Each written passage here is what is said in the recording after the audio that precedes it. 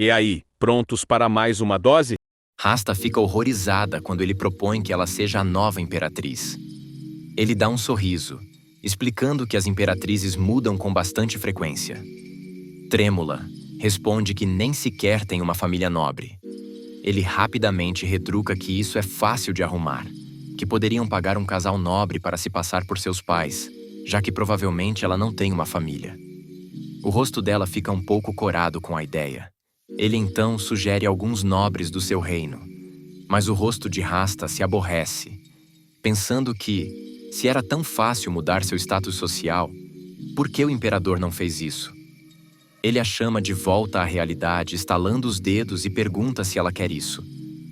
Sem hesitar, ela responde que sim. Ele só pede em troca que ela não aceite nenhum tipo de teste de paternidade, pois, caso contrário, o plano deles iria dar errado. Em seguida, pergunta se ela já sabe ler e escrever.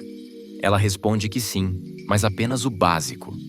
Ele manda que continue estudando e procure algumas aulas de etiqueta. Rasta faz um beiço e pergunta como isso ajudaria a enfrentar a imperatriz. Ele explica que a imperatriz é bastante popular e se Rasta a atacasse diretamente, haveria consequências. O plano dele é que ela seja bem vista pelas pessoas até o ponto de poder enfrentá-la. Ainda aborrecida, ela fala que os nobres a desprezam. Ele diz que, nesse caso, ela deve recorrer aos plebeus, lembrando que a maioria dos membros do conselho são plebeus, e seria bom que fizesse deles seus apoiadores. Afinal, a imperatriz nasceu em uma família nobre e prestigiada e se tornou princesa herdeira antes mesmo de ser apresentada à sociedade. Já Rasta, desde pequena, foi apenas uma escrava e poderia usar esse passado doloroso a seu favor. A cena muda para o imperador, que conversa em seu escritório sobre como Rasta e Lebete reagiram quando se viram e que os rumores inventados pelas pessoas já estavam desaparecendo. Ele também comenta sobre alguns nobres suspeitos indo à casa do Visconde Lotechu, provavelmente para perguntar se Rasta era de fato uma escrava. O imperador ordena que ele investigue o assunto. Quando ele finalmente sai, seu secretário comenta que Rasta havia pedido para aprender etiqueta do palácio para lidar com os nobres. O imperador dá permissão e manda chamar o melhor professor para ensiná-la. A cena muda novamente, desta vez para a imperatriz e suas damas de companhia. Laura comenta que fez exatamente o que ela havia mandado. Alixute mostrou Lebete a Rasta na frente de todos. A imperatriz a elogia e pergunta que tipo de pessoa é Lebete. Laura responde que ela é uma pessoa legal e que ainda não foi apresentada à corte como debutante. Mais tarde, a condessa fala que achava que a imperatriz não queria mais se envolver com Rasta. A imperatriz responde que não pode mais ignorá-la e deve traçar uma linha entre elas. Alguns dias depois, a delegação partia para a coroação de Heinley. A imperatriz caminhava sozinha, querendo ver Heinley, mas sabia que seria ainda mais difícil depois que ele se tornasse rei. De repente, vê o Duque Auge se aproximando. Ele faz uma leve reverência e pergunta se eles não poderiam caminhar juntos até seus caminhos se separarem. Ela apenas passa por ele, esperando que a siga. Ele pergunta o que ela acha de Rasta. A imperatriz responde que pensa em Rasta como qualquer imperatriz pensaria de uma amante. Então fala que, se ele tem algo a dizer, era melhor falar de uma vez. Com um sorriso tendencioso, ele responde que é covardia atacar os mais fracos. Ela retruca que não vai provocá-la primeiro, mas, se alguém vier com uma faca em sua direção, não deixará que a machuquem só porque a outra pessoa é mais fraca. Ele se aproxima e pede para ela dar um tapa nele, para que se sinta menos culpado. Ela fica confusa e pergunta com o que ele se sente culpado, mas ele desvia do assunto e diz que era ali que seus caminhos se separavam. Ela o observava se afastar, mas as palavras dele ainda soavam na cabeça da imperatriz. Ela se perguntava o que ele queria dizer. Será que era porque estava do lado de Rasta? Ou seria sobre aquele plano que ele tramava junto a Heinley? A cena muda para a casa do Visconde. Ele desfrutava de uma mansão luxuosa, 2 filhos saudáveis e educados, e de uma escrava que era a fonte de sua riqueza. Só faltava sua esposa melhorar de saúde para que pudesse aproveitar tudo aquilo ao lado dele. Seus pensamentos, porém, foram interrompidos quando Ian começou a chorar. O Visconde então comentou que Alan deveria estar lá fora procurando alguém para acompanhar Lebete ao baile de debutante, em vez de cuidar de Ian. Ficou tomado de raiva quando Alan se recusou. De repente, Lebete entrou correndo, animada, dizendo que a Imperatriz desejava vê-la. O pequeno sorriso que o Visconde dava sumiu, e seu rosto ficou sério imediatamente. A cena corta para o momento em que ele conta a Rasta que a Imperatriz queria ver sua filha Lebete. Rasta morde a unha, frustrada com a notícia, e ordena que ele se certifique de que Lebete não conte nada. O Visconde dá de ombros e responde que fará isso, mas pede em troca que Rasta mande fazer um vestido sob medida e joias da mais alta qualidade para Lebete, já que ela estrearia naquela primavera na alta sociedade. Rasta o olha com raiva, mas ele a lembra de que não deve fazer nada contra ele. Caso contrário, outras pessoas revelariam seu segredo. A expressão de Rasta muda instantaneamente para medo. A cena corta para a guarda real, informando que o Visconde acabara de visitar Rasta. As damas de companhia entram e perguntam se isso era por causa da visita que Lebete havia feito mais cedo. Laura, fumegando de raiva, comenta que provavelmente eles instruíram Lebete a não falar nada sobre Rasta.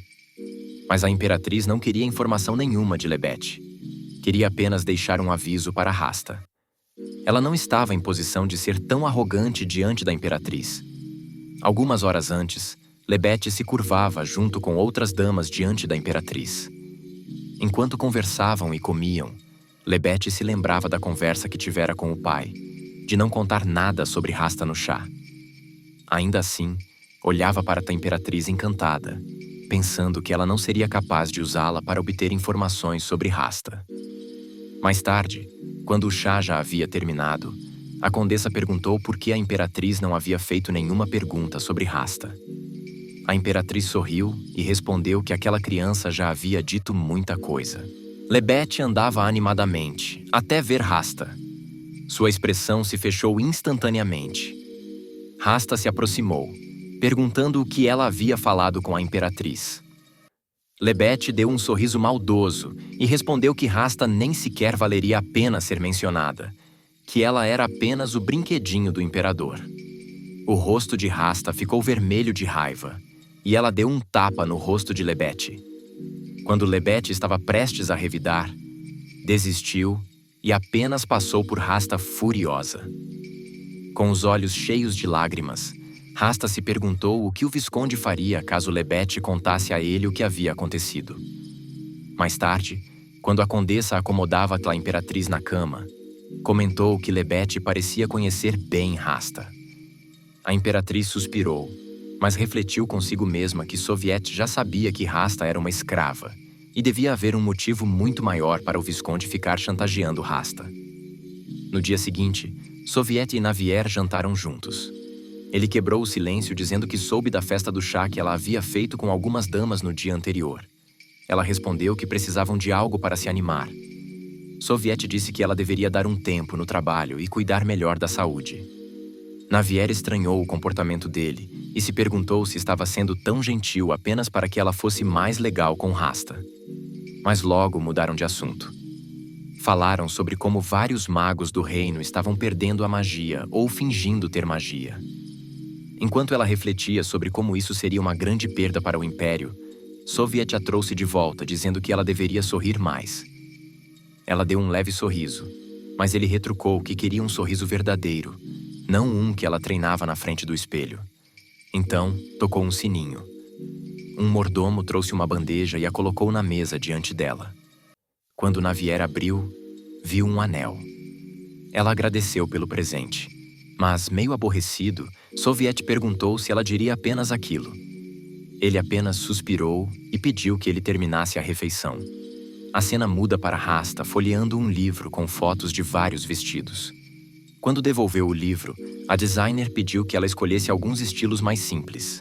Ao sair, sua dama de companhia se aproximou e perguntou se não queria que ela mesma escolhesse, mas foram interrompidas quando outra dama veio correndo, gritando por Rasta.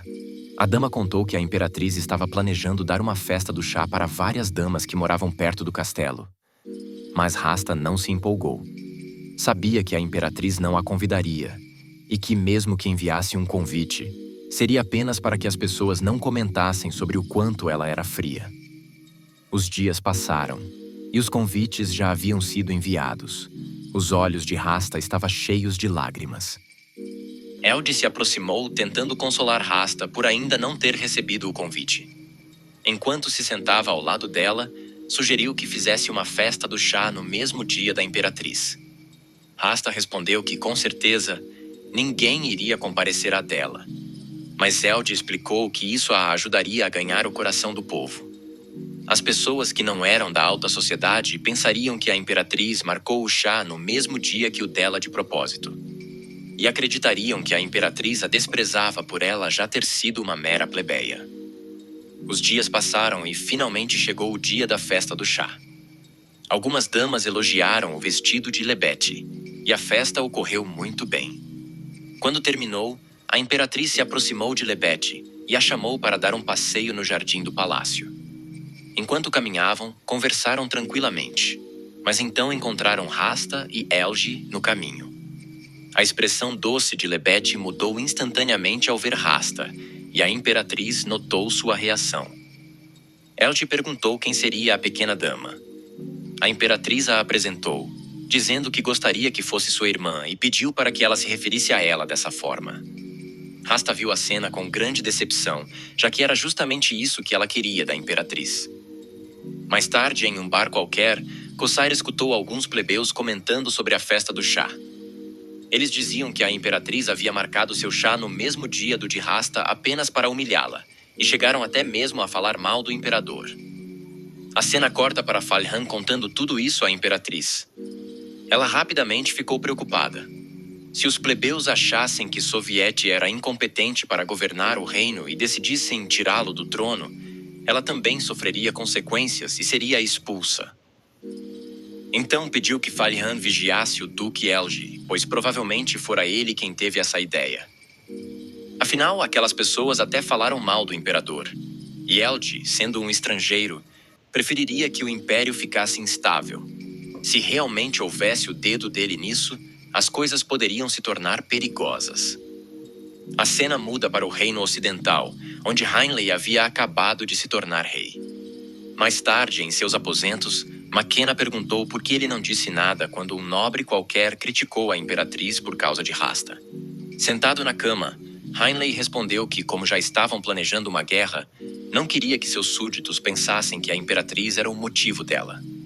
Por isso, continuaria deixando todos acreditarem que ele gostava de Rasta. Mas quando conquistasse o Império Oriental, todas as pessoas que a insultaram pagariam o preço. McKenna então quis saber como ele pretendia conquistá-la depois de invadir o reino dela. Heinley respondeu que a conquistaria como os pássaros fazem, através de uma dança. Incrédulo, McKenna perguntou se ele realmente faria isso. Sério, Heinley confirmou que sim. A cena muda para a imperatriz, distraída, olhando pela janela. Quando a abre, McKenna, em sua forma de pássaro, entra no aposento. Ela então nota um anel pendurado em seu pescoço, junto de uma carta que dizia que aquele anel era um presente para ela, e que lamentava o fato dela não ser sua rainha. Depois de conhecê-la, era impossível encontrar outra à altura. A imperatriz deu uma risada, achando fofo da parte dele. Em seguida, escreveu uma carta dizendo que ele logo encontraria uma rainha e contou que estava organizando um baile de debutantes. A cena corta novamente para Rasta, que ainda não havia escolhido um vestido para Lebete. De repente, lembrou-se do que fez com a imperatriz, usando o mesmo vestido que ela, e decidiu mandar fazer um vestido idêntico ao qual ela usaria. Assim, Lebete seria humilhada e o Visconde não poderia reclamar. Caso contrário, todos descobririam que ele a estava chantageando. Alguns dias depois, chegou o dia do baile de debutantes. A imperatriz andava pelo salão observando a moda atual, cheia de laços e joias, e pensava que levariam 2 anos até uma nova moda surgir. Ela então viu Lebete e acenou para ela. A festa seguiu como planejado, até que Rasta entrou no salão. Imediatamente, murmúrios se espalharam entre os convidados. Os olhos de Lebete se encheram de lágrimas. A imperatriz se aproximou e a cobriu com sua manta, dizendo que talvez aquilo a fizesse se destacar. Mas, ao olhar para trás, viu Rasta anotando algo e se perguntou o que ela estaria planejando. A cena muda para um guarda informando que Rasta estava estudando exatamente os mesmos assuntos de quando a Imperatriz vivia com seus pais. A Imperatriz faz um gesto para dispensá-lo. Irritada, a Condessa pergunta por que Rasta ainda insiste em copiá-la. A Imperatriz suspira, lembrando-se de todas as vezes em que Rasta a imitou no passado. Em seguida, ela pergunta à guarda real se havia descoberto algo sobre o assunto que havia pedido. A guarda responde afirmando que sim. A maioria dos servos do Visconde foi demitida e que havia uma área restrita em sua propriedade, onde apenas a família dele podia entrar. A duquesa comenta que é comum nobres possuírem espaços privados em suas mansões, mas a guarda continua. Ela explica que havia um bebê na casa do Visconde, porém ninguém jamais o tinha visto, já que a criança nunca era retirada da área restrita. A Imperatriz leva a mão ao queixo. Ela poderia imaginar joias ou ouro sendo escondidos, mas não uma criança. Rapidamente se lembra do que Laura disse sobre o Visconde estar procurando uma babá. E se aquele bebê não fosse apenas um segredo do Visconde, mas de outra pessoa? Mas logo afasta o pensamento, acreditando estar exagerando. Enquanto isso, o Visconde caminha pelos corredores do palácio e acaba esbarrando com o imperador. Por que tem vindo com tanta frequência ao palácio? Pergunta Soviet em tom frio. O Visconde mente, dizendo que não estava indo tantas vezes assim. Irritado, o imperador o acusa de mentir. O Visconde então responde que só visitava Lady Rasta, já que, após um acidente, ele a havia chamado de escrava, e os dois acabaram se aproximando. O imperador o encara e o adverte. Se pretende chantagear Rasta, não funcionará. Eu lhe darei tudo o que ela quiser. Ela não depende de você. Enquanto isso, Rasta lê tranquilamente um livro, mesmo quando o Visconde começa a insultá-la acusando-a de ter ridicularizado sua filha no baile de debutante. Ele tenta chamar sua atenção, mas Rasta continua virando as páginas com calma. Então ela ergue os olhos e diz com frieza: tenha cuidado com suas palavras. E principalmente com seus filhos. Não é bom deixá-los tagarelando por aí sobre mim. Ele rebate com sarcasmo. E você, que moral tem para falar dos filhos dos outros, se nem conhece a aparência do filho que se recusa a ver? O Visconde sorri, satisfeito em feri-la. Rasta, no entanto, devolve com a mesma moeda. Não se esqueça do que me disse certa vez. Se eu cair, você cairá junto. Pois bem, se eu cair, levarei você comigo também. Mas a diferença é que eu tenho o filho do imperador. Isso me manterá segura. Já você não terá a mesma sorte. Mais tarde, o imperador visita Rasta. Eles conversam tranquilamente, até Soviet perguntar diretamente se o Visconde estava tentando chantageá-la. Por um instante, ela pensa em revelar a verdade, mas o medo de perder o amor dele a faz mentir. Não, majestade, ele não me chantageia. Antes de partir, Rasta pede: poderia ficar comigo até eu dormir? Mas Soviet recusa suavemente, dizendo que ainda tinha assuntos a resolver. O imperador Soviet retorna para seu escritório. Seu secretário, já esperando, pergunta se Rasta havia contado algo sobre o Visconde. Ela está escondendo alguma coisa, mas não quer me incomodar com isso. O secretário, então, comenta que descobriu outra coisa. Outras pessoas também estavam fazendo perguntas sobre o Visconde. Ele acreditava que fossem os homens de Kossair, e ainda acrescenta que até mesmo a condessa estava investigando o assunto. Soviet sorri de leve. A imperatriz deve estar procurando algum podre sobre Rasta, diz em tom irônico. O secretário pergunta se deveria agir a respeito. Soviet, porém, pede que aguarde. Isso poderia se tornar um grande problema. Se Kossair descobrisse a verdade sobre Rasta, ele certamente espalharia panfletos por toda a alta sociedade.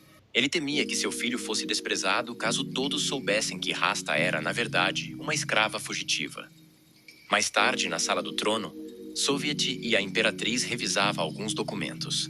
Entre eles, lia-se o pedido do Duque de Tuania para anular o divórcio, alegando querer voltar com a duquesa. Quando a imperatriz já se preparava para sair, Soviet a chama de volta. Ouvi dizer que seu irmão anda fazendo perguntas sobre o Visconde. E sei que você também tem feito. Seus olhos a observam de perto. Diga-me, está investigando Rasta por ciúmes? A Imperatriz o encara com firmeza e nega imediatamente. Soviet suspira, um tanto decepcionado. Havia esperado outro tipo de resposta. Um silêncio incômodo paira entre eles, até que ele quebra a tensão. Venha comigo em uma viagem de 2 dias. Quero ver pessoalmente um mago que dizem ter perdido sua magia. Ela recusa calmamente, dizendo que já tinha assuntos demais para resolver. Mais tarde, nos aposentos de Rasta, soube a confidência que a Imperatriz havia se recusado a acompanhá-lo. Rasta, sem perder tempo, se oferece para ir em seu lugar. Não para lhe fazer companhia, mas para conquistar o apoio dos plebeus quando finalmente se tornasse Imperatriz. Dias depois, Rasta e a Imperatriz observam lado a lado a carruagem imperial partindo. Rasta, com desprezo nos olhos, rompe o silêncio. Invejo você, Majestade, poder amar o Imperador livremente. A Imperatriz rebate com frieza. E ele não deixou vice ir, certo? O rosto de Rasta empalidece, surpresa com a rapidez com que a Imperatriz descobrira. Vermelha de raiva, apenas assiste enquanto a Imperatriz se afasta com elegância. Mais tarde, a Imperatriz, já em companhia da Condessa e da Guarda Real, recorda-se da conversa que tivera com Soviet. Então decide. A partir de agora, parem de procurar qualquer informação sobre o Visconde. A cena muda para a Imperatriz reunida com o Duque Falhan. Ela pede que ele encerre a investigação sobre o Visconde. O Duque, um pouco desconcertado, questiona como ela descobriu, mas logo entende quando ela explica que o próprio Imperador havia lhe contado. Antes de encerrar, ela reforça para que tomem mais cuidado dali em diante. Em seguida, pergunta sobre Kosair, e Falhan informa que ele havia se envolvido em uma briga em uma taverna com alguns plebeus. A Imperatriz suspira, já imaginando a fúria de seu irmão. A cena corta para Kosair, agarrado pela gola por um homem robusto. O olhar dele, porém, estava longe de ser de medo. Havia satisfação. Ele já sabia que aqueles homens tinham sido enviados por alguém. Com facilidade, empurra o agressor para longe e derruba os demais.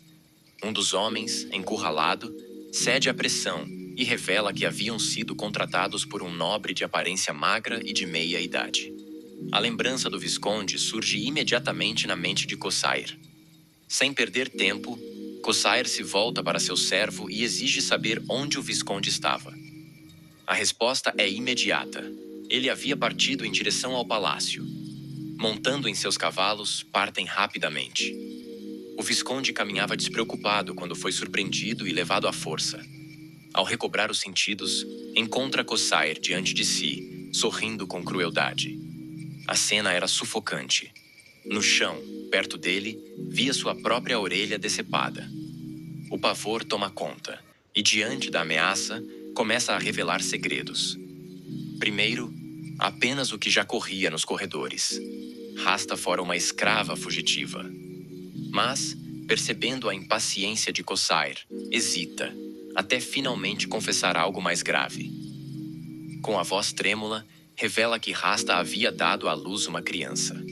Mente ao afirmar que o pai seria um viajante desconhecido e que, como a mãe fugira, a criança ficara sob seus cuidados. A reação de Kosair é uma risada satisfeita, finalmente tinha em mãos algo novo. Mas ele não se contenta. Exige mais, e o Visconde, em desespero, jura que nada mais havia a dizer. Só então menciona um documento que poderia comprovar a verdade. Papéis de venda que descreviam Rasta em detalhes como escrava. Do lado de fora, um homem escutava tudo, imóvel na sombra. A cena muda para o escritório do Imperador, onde o mensageiro e o Marquis Karl conversavam sobre suas descobertas. Ele pergunta o que deveriam fazer a seguir. Calmamente, o Marquis escreve uma carta e pede que seja entregue junto com uma insígnia em Green Ramble, onde o Imperador se encontrava. Quando fica sozinho, o Marquis dá uma risada contida e murmura, surpreso, que esperava qualquer coisa, menos que ela estivesse escondendo um bebê. Em Green Ramble, o Imperador refletia preocupado, sobre o fato de que o número de magos no reino vinha diminuindo significativamente. Seus pensamentos, porém, são interrompidos quando avisam que um mensageiro chegara com uma carta urgente. Após terminar de ler, ele dá um suspiro e ordena que libertem o Visconde, mas que mantenham Khossair confinado em casa. No dia seguinte, Alan aguardava no jardim para encontrar Rasta. Ela o encara com raiva, se perguntando o que ele queria. Ele se aproxima e estende a mão, mostrando algumas mechas do cabelo de Ian. Rasta rebate imediatamente, batendo na mão dele e afirmando que o filho era apenas dele, não dela. Alan se desculpa, mas aproveita para perguntar se ela havia visto o Visconde Lotshu, já que ele havia saído de casa no dia anterior para encontrá-la. Ela nega, dizendo que não o viu. Ele agradece e vai embora. Rasta morde a unha preocupada, pois sabe que há pessoas tentando descobrir segredos sobre ela. Mas então se lembra do lenço no chão, olha ao redor e se abaixa para pegar as mechas de cabelo de Ian, com os olhos cheios de lágrimas. O dia passa com vários acontecimentos, e tarde da noite a condessa avisa que o Marquis Falhan estava ali para vê-la. Já sentados, ele começa a contar sobre o bebê. Revela também que, de alguma forma, o imperador descobriu que Khossair estava torturando o Visconde e que ele foi colocado em prisão domiciliar, mas ele conseguiu fugir a tempo. Com um sorriso, o Marquis muda de assunto e comenta que a imperatriz poderia usar aquela criança para expor Rasta. A cena muda para o palácio, onde o imperador já havia chegado para ver Rasta. Ela ainda dormia. Ele se aproxima da cabeceira e toca delicadamente as mechas de cabelo cortadas que descansavam ali. Rasta acorda rapidamente e tira o lenço de seu alcance, escondendo-o. Ele sorri com serenidade e se vira para sair. Assim que fica sozinha, arremessa o lenço contra a parede, liberando sua frustração.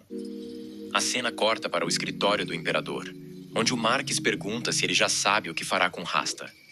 Soviet anuncia que pretende pedir o divórcio à imperatriz. O Marquis fica em choque. Punir Rasta seria o mesmo que punir meu filho, explica Soviet, firme. O Marquis tenta convencê-lo a pensar melhor, sugerindo que existem outras maneiras de lidar com Khossair sem prejudicar a imperatriz. Mas Soviet continua.